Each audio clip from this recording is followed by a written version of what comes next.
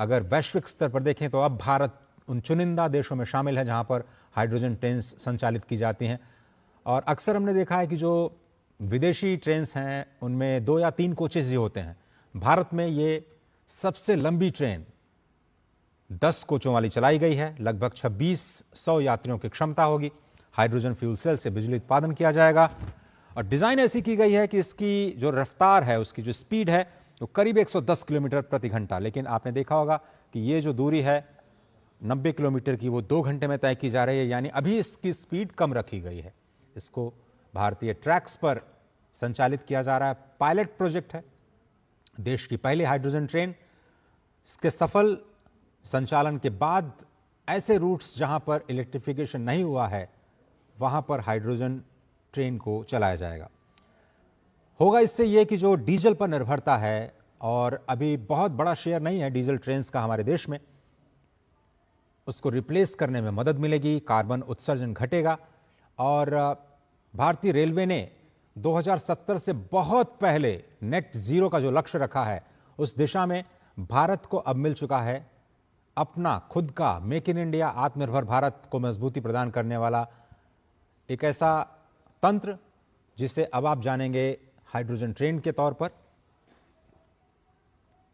और आज भारत उन चुनिंदा विकसित देशों की कड़ी में शामिल हो चुका है जहां पर अत्याधुनिक सुरक्षा प्रणालियों के साथ इस नई नमो ग्रीन ट्रेन का संचालन किया जाएगा। आपको बताएं कि इस ट्रेन में कई आधुनिक सुरक्षा प्रणाली लगाई गई हैं, जैसे कि हाइड्रोजन गैस लीक डिटेक्टर। जैसे ही कोई लीकेज होता है तुरंत डिटेक्ट कर लिया जाएगा उसको। आग और धुएं का पता लगाने वाले जो अल्ट्रा सेंसिटिव सेंसर्स हैं वो भी इसमें लगाए गए हैं। तापमान की निगरानी करने वाले सिस्टम्स हैं। किसी भी तरह की परेशानी को रोकने के लिए सुरक्षा सुनिश्चित की गई है। हाइड्रोजन कैसे आती है, तो जींद में पहले से ही ग्रीन हाइड्रोजन उत्पादन संयंत्र स्थापित किया गया है और वहां पर इलेक्ट्रोलाइसिस के जरिए पानी को हाइड्रोजन और ऑक्सीजन में विभाजित किया जाएगा। हाइड्रोजन को इकट्ठा किया जाएगा और उसके बाद हाइड्रोजन टैंक्स में उसको फिल किया जाएगा और उससे ही बिजली बनाई जाएगी, जिससे कि ये ट्रेन चलेगी। इसका जो बाई प्रोडक्ट है वो केवल वाटर वेपर है, यानी केवल पानी की भाप। प्रदूषण बिल्कुल नहीं, जीरो प्रदूषण। ट्रेन में बड़े बड़े हाइड्रोजन टैंक्स, जिनकी तस्वीरें हमने आपको दिखाई। प्रधानमंत्री नरेंद्र मोदी ने इस देश में ग्रीन हाइड्रोजन मिशन की शुरुआत की और उसी के तहत ये हाइड्रोजन पावर्ड ट्रेन आज देश में संचालित की जा रही है। और वर्षों के अनुसंधान, परीक्षण और भारतीय रेलवे के स्वदेशी विकास यानी मेक इन इंडिया का यह परिणाम। इसका उद्देश्य डीजल ट्रेन की तरह जगह एक स्वच्छ, कम प्रदूषण वाला विकल्प विकसित करना है। और इस ट्रेन के मानक जो हैं वो research design and standard organization RSDO ने तय किए। ट्रेन का निर्माण चेन्नई के इंटीग्रल कोच फैक्ट्री में किया गया और भारत में ही इसे डिजाइन किया गया, भारत में ही विकसित किया गया और यह कंप्लीटली इंडिजिनियस परियोजना के तौर पर हमारे सामने है। तो आज का दिन बहुत ही ऐतिहासिक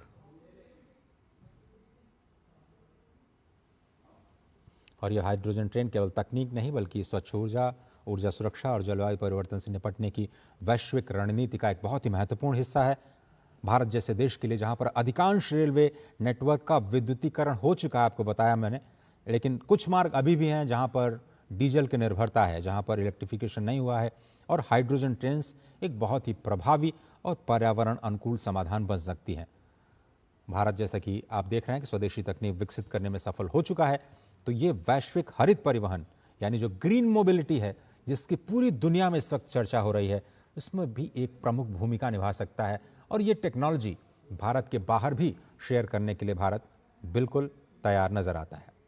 तो पहली बात, ये दुनिया की पहली जो व्यावसायिक हाइड्रोजन ट्रेन है। आपको बताएं कि फ्रांस में शुरू की गई थी, कोरोडिला आइलैंड, और एक बार हाइड्रोजन भरने के बाद इसे 1000 किलोमीटर तक चलाया जा सकता है। लगभग गति 140। ये दुनिया की पहली हाइड्रोजन ट्रेन है, उसकी हम बात कर रहे हैं। और ट्रेन के संचालन के दौरान केवल पानी की भाप निकलती है। हाइड्रोजन का उत्पादन जो है वो ग्रीन हाइड्रोजन से किया जाए तो पूरी की पूरी जो परिवहन श्रृंखला है वो कार्बन मुक्त हो सकती है। अभी इलेक्ट्रोलिसिस प्रोसेस में थोड़ा सा प्रदूषण ज़रूर होता है, लेकिन अगर इसको ग्रीन हाइड्रोजन के ज़रिए बनाया जाए, इस हाइड्रोजन के उत्पादन को सुनिश्चित किया जाए, इलेक्ट्रोलिसिस प्रक्रिया का वो न किया जाए,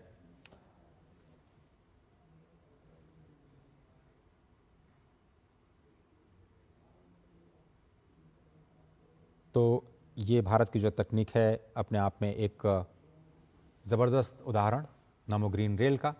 और ग्रीन रेल इसलिए हम कह रहे हैं क्योंकि ये बिल्कुल प्रदूषण मुक्त, बार बार हम आपको ये समझा रहे हैं कि जो शून्य कार्बन उत्सर्जन है, केवल जल वाष्प निकलता है, वही इसकी सबसे बड़ी खासियत है। डीजल का विकल्प है, बहुत कम शोर करता है, डीजल इंजन की तुलना में बहुत ही शांत इसका इंजन है। ऊर्जा दक्षता के मामले में जो फ्यूल सेल है और बैटरी मिलकर के ऊर्जा का बहुत ही बेहतर उपयोग करते हैं। ब्रेकिंग ऊर्जा जो है उसका फिर से उपयोग किया जाता है, यानी रीजनरेटिव ब्रेकिंग से इसकी बैटरी को चार्ज किया जाता है और तेज़ रिफ्यूलिंग होती है। बैटरी चार्ज करने की तुलना में हाइड्रोजन फिल करने में बहुत कम समय लगता है। लंबी दूरी के लिए बहुत ही उपयुक्त है, जहाँ पर विद्युतीकरण व्यावहारिक नहीं है। मिसाल के तौर पर नॉर्थ ईस्ट की बात करें, जहाँ पर इलेक्ट्रिफिकेशन ट्रेन रूट्स का थोड़ा सा मुश्किल है, वहाँ पर इस तकनीक का इस्तेमाल किया जा सकता है। और सबसे पहले आपको बताएं 1960 में अमेरिकी अंतरिक्ष एजेंसी नासा, उसने अपने अपोलो मिशन में इस फ्यूल सेल तकनीक का इस्तेमाल किया था। रेल क्षेत्र में हाइड्रोजन तकनीक को जो कॉमर्शलाइजेशन करने का अगर श्रेय जाता है तो वो है फ्रांस की कंपनी एल्स्ट्रॉम को। एल्स्ट्रॉम ने सबसे पहला कैरेडिया आइलैंड नाम का दुनिया का पहला यात्री हाइड्रोजन ट्रेन विकसित किया। 2016 में इसका पहला सार्वजनिक प्रदर्शन किया गया। तो बहुत पुरानी बात नहीं है, सिर्फ 10 वर्ष पहले हाइड्रोजन ट्रेन का प्रदर्शन जर्मनी के बर्लिन में किया गया था। इनोट्रांस प्रदर्शनी का नाम था। और उसके बाद 2018 में जर्मनी ने पहली बार नियमित यात्री सेवा में हाइड्रोजन ट्रेन चलाई। तो जर्मनी को श्रेय जाता है यात्री ट्रेन चलाने का, उससे पहले फ्रांस को श्रेय जाता है इसको बनाने का। और एल्स्ट्रॉम कंपनी बहुत ही जानी मानी कंपनी जिसने इसका सबसे पहले निर्माण किया। और 2022 में जर्मनी दुनिया का पहला देश बना जिसने पूरी तरह से हाइड्रोजन ट्रेन का व्यावसायिक बेड़ा यानी कॉमर्शियल ऑपरेशन शुरू किया। उसके बाद France, Italy, Austria, Sweden, Canada, चीन, दक्षिण अफ्रीका, ब्रिटेन, ये सारे देश जहां पर हाइड्रोजन ट्रेन परियोजनाओं पर काम शुरू किया गया। भारत में जो हमने ये शुरुआत की वो हाइड्रोजन ग्रीन मिशन, जो कि प्रधानमंत्री का एक बहुत ही पसंदीदा प्रोजेक्ट है, जिसमें हम देश में ही ग्रीन हाइड्रोजन का उत्पादन करना चाहते हैं और इसमें शुरुआत भी हो चुकी है। आत्मनिर्भर भारत की दिशा में एक बड़ा कदम। रेल मंत्रालय ने इसे हाइड्रोजन फॉर हेरिटेज, इस पहल के तहत हाइड्रोजन ट्रेन विकसित करने की योजना बनाई। और इसका उद्देश्य यही था कि जितनी भी डीजल ट्रेन अभी बची हुई हैं उनको चरणबद्ध तरीके से फेज आउट किया जाए। और भारतीय रेलवे की ये योजना है कि जो सक्रिय और विरासत यानी जो हेरिटेज रेल लाइंस हैं वहां पर पहले इसकी शुरुआत की जाए। और इसीलिए हरियाणा का जो जींद है वहां पर जो रेलवे वर्कशॉप है जिसमें हाइड्रोजन फ्यूल सेल आधारित इंजन को विकसित करने का काम किया गया। तो बिल्कुल सक्रिय और हेरिटेज रेल लाइंस पर इसकी शुरुआत करने का जो प्लान बनाया था रेलवे ने, वो बिल्कुल सफल होता हुआ नजर आ रहा है। तो आपको इस तरह के हेरिटेज रेलवे ट्रैक्स पर जहां पर विद्युतीकरण नहीं हुआ है ये ट्रेन चलती हुई दिखाई दे सकती हैं। इसी तरह से ऐसे रूट्स जो अभी नए बनाए जा रहे हैं, मिसाल के तौर पर उत्तराखंड और जो नॉर्थ ईस्ट के कुछ राज्य हैं जहां पर पहली बार ट्रेन पहुंचाई गई है, वहां पर इसका परिचालन किया जा सकता है।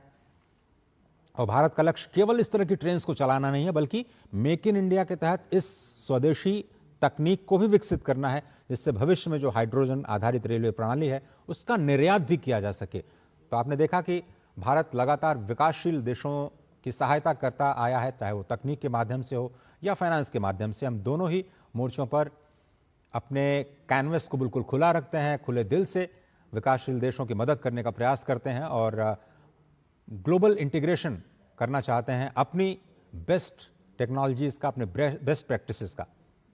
हाइड्रोजन ट्रेन की विशेषताएं लगातार हम बता रहे हैं। आपको बताएं कि दुनिया की पहली व्यावसायिक हाइड्रोजन ट्रेन कॉरिडोर आइलैंड जो कि फ्रांस ने बनाई, फ्रांस के एल्स्ट्रॉम ने बनाई। एक बार अगर आप हाइड्रोजन फिल कर देते हैं तो 1000 किलोमीटर तक इसका परिचालन हो सकता है।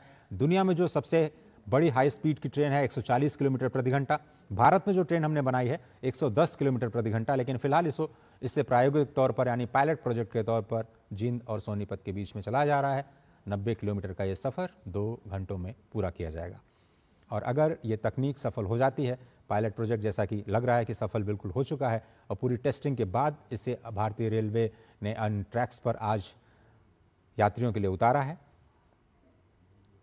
यूरोप में ऑलरेडी ये हाइड्रोजन ट्रेन्स हैं, वो परिवर्तन, जलवायु परिवर्तन से निपटने की रणनीति का महत्वपूर्ण हिस्सा बन चुकी हैं। तो अब भारत वैश्विक मंचों पर इस बात का दावा कर सकता है कि वो नेट जीरो के जो लक्ष्य को प्राप्त करने के लिए तेजी से आगे बढ़ रहा है। जिस तरह से हमने 2030 के जो एनडीसीज हैं, जो पर्यावरण संबंधी जो हमारे लक्ष्य थे, उनको हमने समय रहते उससे पहले पूरा कर लिया। उन कमिटमेंट्स को हमने पहले पूरा किया जो हम रिन्यूएबल्स के क्षेत्र में पूरी दुनिया को देते आए हैं।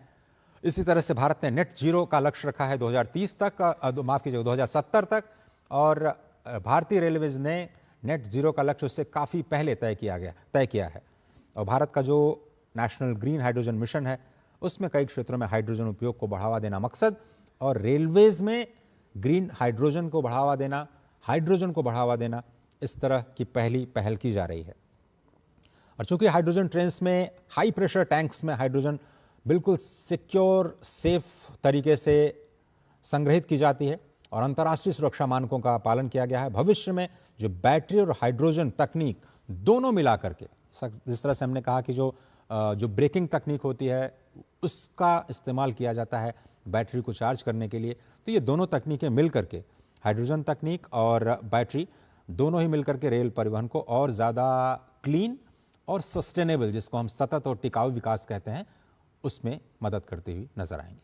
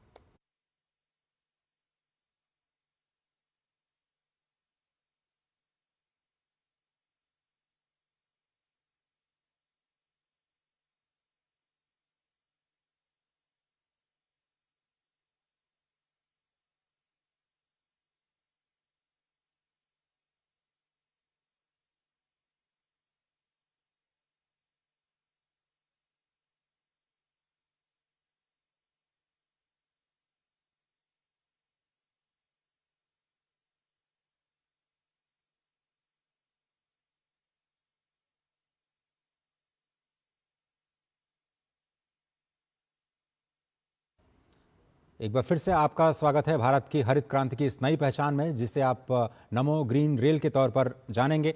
ये सिर्फ एक ट्रेन नहीं है, बल्कि ये स्वच्छ, सुरक्षित और आत्मनिर्भर भारत की ओर बढ़ता एक सशक्त कदम है। भारतीय रेलवे का लक्ष्य, जिस तरह से हम आपको बता रहे हैं कि 2030 तक नेट जीरो कार्बन उत्सर्जन का लक्ष्य हासिल किया जाए, नमो ग्रीन रेल उसी लक्ष्य को गति देने वाला एक महत्वपूर्ण पहल है। एक बहुत ही सशक्त पहचान भारत में आत्मनिर्भर भारत अभियान को बढ़ावा देने के लिए, मेक इन इंडिया को बढ़ावा देने के लिए। 2070 तक देश का लक्ष्य है नेट जीरो का, 2030 तक भारतीय रेलवेज का है लक्ष्य नेट जीरो होने का, यानी जितना प्रदूषण वो करते हैं उतना रिन्यूएबल्स वो खुद प्रोड्यूस करें। नेट जीरो उसी स्थिति को कहते हैं। स्वच्छ ऊर्जा, आधुनिक